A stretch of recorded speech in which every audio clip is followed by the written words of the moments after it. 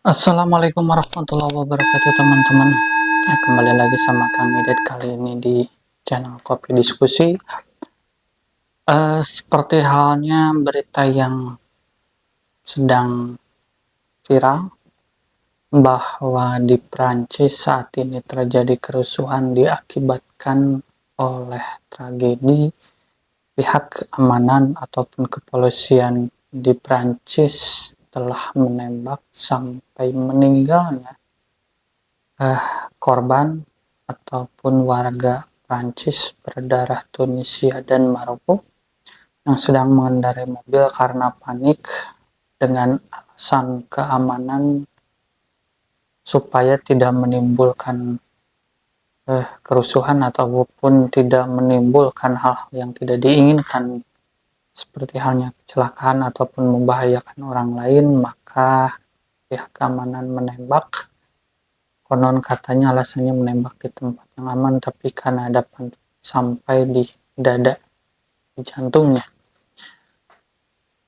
Hal ini menimbulkan reaksi besar oleh warga Prancis sendiri yang sedang memperjuangkan hak asasi manusia. Sangat jelas terlihat bahwa di sini tindakan arogansi ataupun tindakan yang terlalu berlebihan dari pihak keamanan tanpa ada bukti otentik bahwa orang tersebut bersalah sehingga nyawanya melayang dengan sia-sia. Kerusuhan ini masih berlanjut, beberapa kendaraan dibakar habis, pertokoan dijarah, persis seperti kejadian Reformasi Indonesia tahun 98, tepatnya bulan Mei. Saat itu memaksa Presiden Soeharto untuk turun dari kursi kepemimpinannya yang telah 31 tahun dipimpinnya. Kejadian revolusi Prancis ataupun kejadian kerusuhan Prancis ini juga mengingatkan bahwa kemungkinan bisa saja terjadi seperti halnya Indonesia tahun 98 akan terjadi di Prancis dengan keangkuhannya pemerintah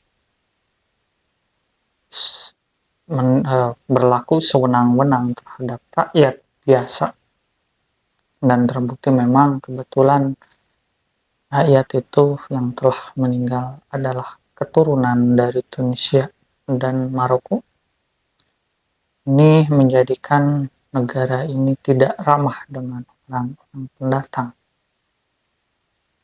Terbukti juga pelarangan Presiden Prancis terhadap warganya yang memakai jilbab ataupun yang berjanggut, memakai celana cingkrang, memakai jubah muslim yang biasa dipergunakan di Timur Tengah.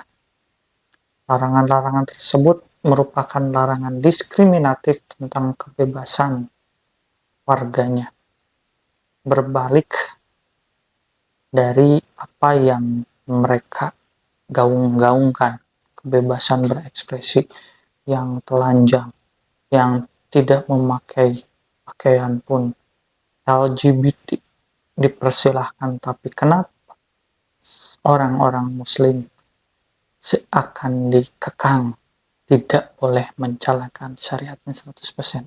Apa ada ketakutan? Padahal jika merutut pada sejarah bahwa Prancis sebenarnya mempunyai hutang budi yang begitu besar terhadap Kesultanan Ottoman, yang otomatis kesultanan tersebut berasaskan Islam, mayoritasnya Islam, dan pemimpinnya juga Islam. Dalam sejarah Kekaisaran Prancis ataupun Kerajaan Prancis dulu akan diserang oleh kerajaan dari luar, kalau tidak salah dari Inggris, dengan begitu bala tentara yang hebat akan menghanguskan Prancis dan mengambil alih kota yang dibanggakan, kota Paris. Tapi Pemimpin Prancis waktu itu meminta bantuan pada Sultan Sulaiman Al-Qanuni yang terkenal masyhur di masa dinasti Ottoman. Tanpa panjang cerita, tanpa syarat ini dan itu, Sultan Sulaiman Al-Qanuni mengirimkan surat kepada orang ataupun kerajaan yang akan menyerang Prancis. Dalam surat itu mengatakan, "Hei raja, jika kerajaanmu ingin tetap ada dan negerimu tetap aman, jangan sampai terjadi serangan ke Prancis. Tapi jika memaksakan, bahwa jangan harap terbitnya matahari akan ada di negara Anda." Secara otomatis karena melihat waktu itu kerajaan Ottoman, Kesultanan Ottoman sangat besar, luas wilayahnya, prajuritnya, dan ada satu detasemen khusus ataupun pasukan terbaiknya yang disebut pasukan Janissary, pasukan yang dilatih khusus, mungkin Kopassus kalau di Indonesia.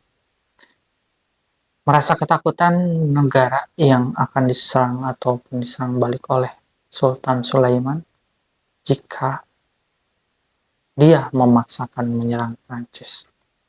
Di sini terbukti bahwa sebenarnya Prancis yang seakan seperti anti dengan Islam mempunyai hutang budi. Sebenarnya mungkin kalau waktu itu tidak ada bantuan dari Sultan Sulaiman, maka mungkin juga saat ini Prancis tidak akan pernah ada. Itu hal yang pertama. Berikutnya, stop arogansi dari pemimpin yang otoriter yang merasa untuk keamanan berhak melakukan ataupun menerapkan peraturan yang sebenarnya itu menjadi bom waktu bagi keberlangsungan pemerintahannya tersebut.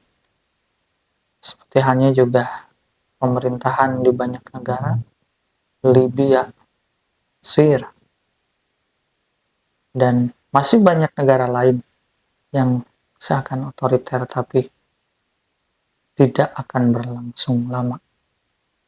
Itu saja di Kopi Diskusi kali ini. Semoga video ini dapat menjadikan pelajaran buat siapa saja yang melihat dan menonton video ini. Assalamualaikum warahmatullahi wabarakatuh.